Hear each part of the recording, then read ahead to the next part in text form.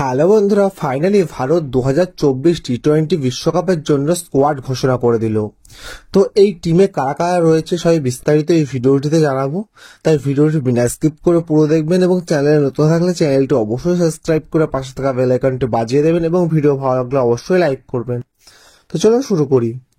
তো প্রথমে রয়েছে ভারতের ক্যাপ্টেন রোহিত শর্মা এবং দ্বিতীয় স্থানে ভাইস ক্যাপ্টেন রয়েছে হার্দিক পান্ডিয়া এবং তারপরে রয়েছে যশস্বী জয়সওয়াল, তারপরে রয়েছে বিরাট কোহলি, তারপরে রয়েছে সূর্য কুমার যাদব, তারপরে রয়েছে উইকেট কিপিংয়ের জন্য ঋষভ পান্ত এবং সঞ্জু স্যামসন, তারপর রয়েছে শিবম দুবে, তারপরে রবীন্দ্র জাদেজা, তারপরে অক্ষর প্যাটেল, তারপরে কুলদীপ যাদব, তারপরে যুজবেন্দ্র চাহল, তারপরে আশদীপ সিং, তারপরে জাসপ্রীত বুমরা, তারপরে মোহাম্মদ সিরাজ।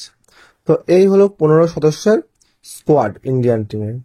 এবং তাছাড়া কিন্তু ব্যাকআপ প্লেয়ার কিছু রয়েছে, যেমন শুভমান গিল, রিঙ্কু সিং, খালিল আহমেদ এবং আবেশ খান।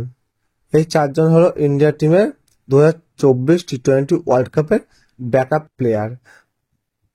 তো আশা করি ভিডিওটি ভালো লেগেছে। তো ভিডিওটি শেষ পর্যন্ত দেখার জন্য অসংখ্য ধন্যবাদ।